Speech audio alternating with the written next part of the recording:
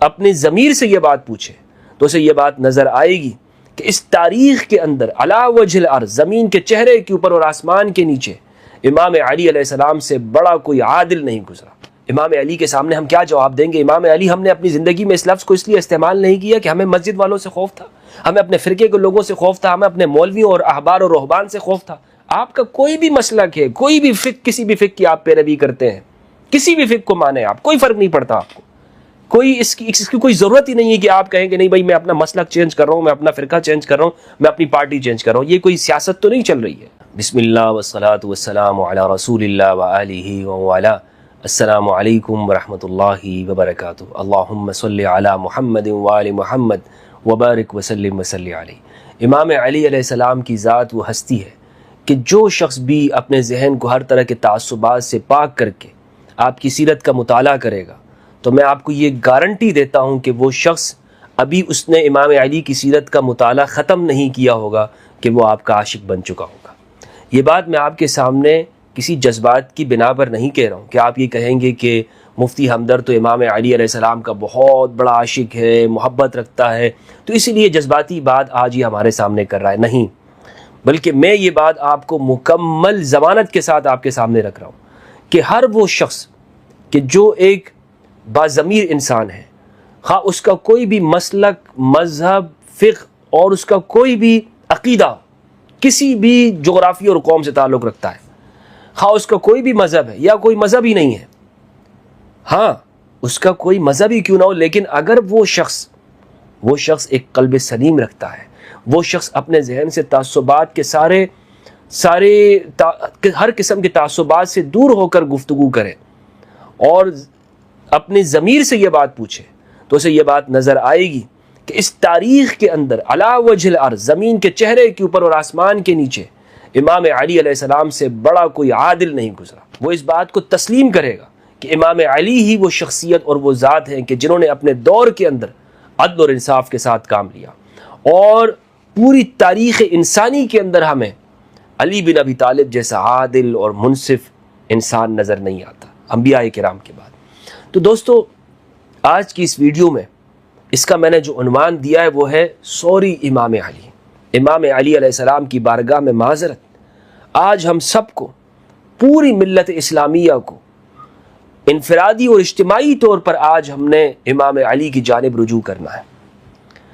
دیکھیں، قرآن مجید اور سنت رسول کی طرف رجوع، یہ الفاظ تو ہم نے سنے ہیں، لیکن امام علی کی بارگاہ میں پیش ہونے کا رجوع، ہاں یہ پوری امت مقروض اہل البیت علیہ السلام کی۔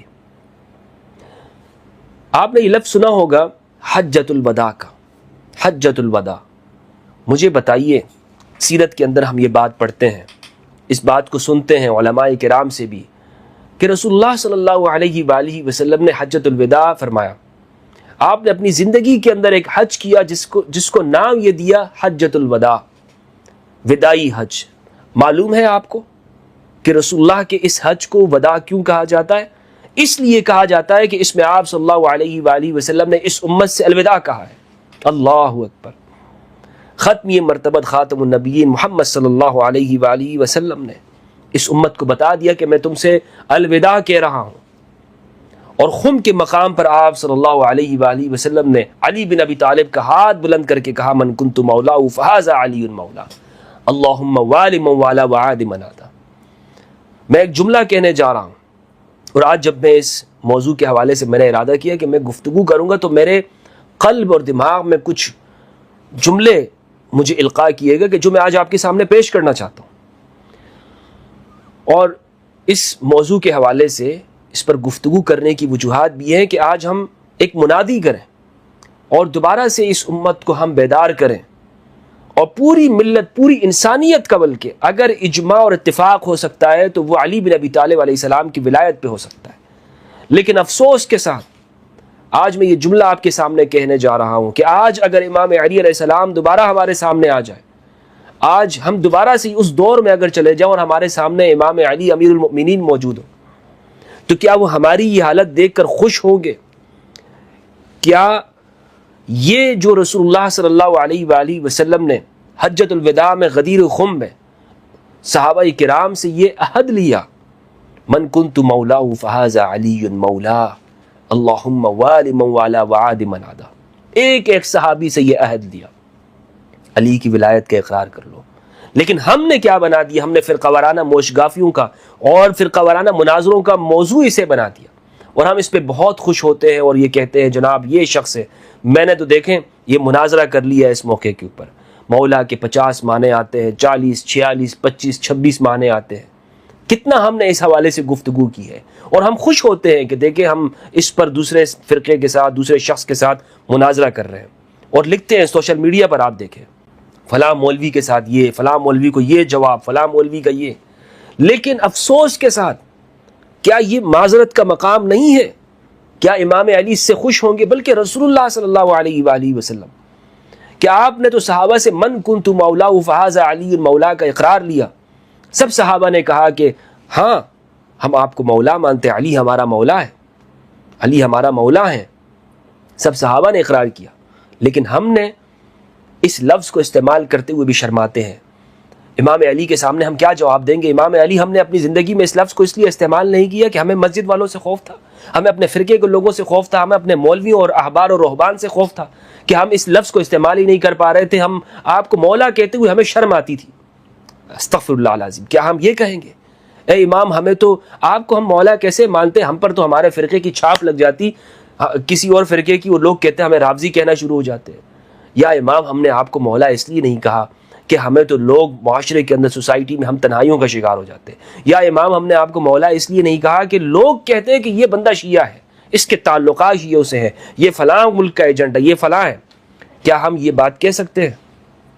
اگر امام پھر سے موجود ہو تو ہم امام کے سامنے کیسے پیش ہوں گے؟ کیا یہ بڑی بڑی کتابیں، یہ بڑی بڑی لائبریریاں، یہ بڑے بڑے دنیا کے اندر ادارے جو ہم نے بنائے ہوئے ہیں، کیا یہ سب کچھ لے کر ہم اپنے فخر کے ساتھ سر بلند کر کے امیر المؤمنین امام علی بن ابی طالب علیہ السلام ان کے سامنے ہم کھڑے ہو سکتے ہیں؟ رسول اللہ کے سامنے ہم کھڑے ہو سکتے ہیں؟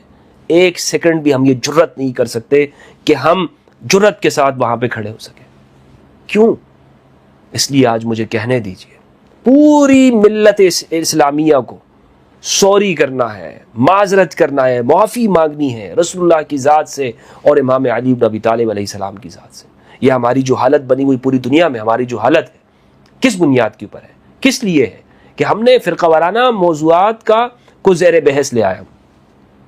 اتنے بڑے ایونٹ کو، یعنی یہ جملہ جو میں نے آپ کے سامنے عرض کرنا تھا وہ جملہ یہ ہے کہ آپ صلی اللہ علیہ وآلہ وسلم نے حج کے اندر، حج وہ یاد کا نام ہے، صفا مروہ کی سعی ہے، حاجرہ علیہ السلام کی وہ یاد ہے کہ جو وہ اپنے ایک بچے کے لیے کہ جو پیاس کی وجہ سے زمین پر ایڑیاں رگڑ رہا ہے اور ماں کا کلیجہ اسے دیکھ کر برداشت نہیں کر پا رہا ہے، وہ ماں کبھی صفا کی جانب جاتی ہے، کبھی مروہ کی جانب اترتی ہے، سعی صفا والمروہ کر رہی ہے. اس ماں کا آنا جانا قرآن مجید نے اس کو یاد بنا دیا.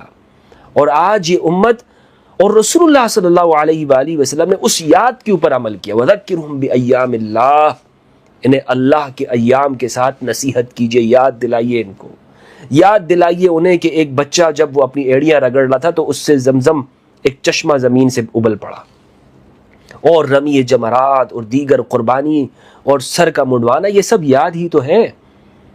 سرکار ختمی مرتبت نے حجۃ الوداع میں یاد پر عمل کیا اور کر کے دکھایا. یعنی آپ صلی اللہ علیہ وآلہ وسلم نے 10 ذی الحج میں، 9 ذی الحج اور عرفہ اور اسی طرح نحر میں، یہ سب یہ ان ایام میں آپ نے سنت ابراہیمی پر عمل کیا. آج ہم سنت ابراہیمی پر عمل کرتے ہیں، لیکن 18 ذی الحج کو غدیر خم کے مقام پر سنت مصطفی ہے. علی بن ابی طالب کی ولایت کا اعلان یہ سنت مصطفی ہے. ہم نے سنت ابراہیمی تو ہمیں یاد رہی، اچھی بات ہے، ہمیں یاد رہتی ہے کہ قربانی کرنی ہے، مویشیوں کو، جانوروں کو ذبح کرنا ہے، فلاں جانور لے کر آنا ہے، اچھے سے اچھا آپ نے خرچ کرنا ہے، یہ بھی شعائر اللہ ہے. لیکن رسول اللہ کا عمل، خواہ وہ 10 ذی الحجہ میں ہو یا 18 ذی الحج میں ہو، رسول ہے، اللہ کے نبی ہیں، ان کا عمل ہے، اس میں کوئی فرق نہیں ہے. آپ صلی اللہ علیہ وآلہ وسلم نے جن ہاتھوں سے علی بن ابی طالب کی گواہی کے لیے، آپ کی ولایت کے لیے بلند کیا، تو وہ ہاتھ وہ حجۃ الوداع میں بھی ہیں اور غدیر خم میں بھی ہے. آپ نے حجۃ الوداع میں عرفہ میں بھی اہل البیت کے لیے آپ نے امت کے سامنے بطور گواہ کے پیش کیا، اور اسی طرح غدیر خم کے اندر بھی۔ تو اس لیے مجھے کہنے دیجئے، میں کہنا چاہتا ہوں آج سب لوگوں سے، اور اس میں مجھے کسی کا خوف نہیں ہے، یعنی خوف سے مراد یہ نہیں ہے کہ کچھ لوگ ناراض ہو جائیں گے، بلکہ خوف سے مراد یہ ہے کہ کچھ لوگ یہ کہتے ہیں کہ بھائی ہمدرد کو تو آپ کو تو اس موضوع کے علاوہ، حدیث ثقلین کے علاوہ آپ کو کوئی اور بات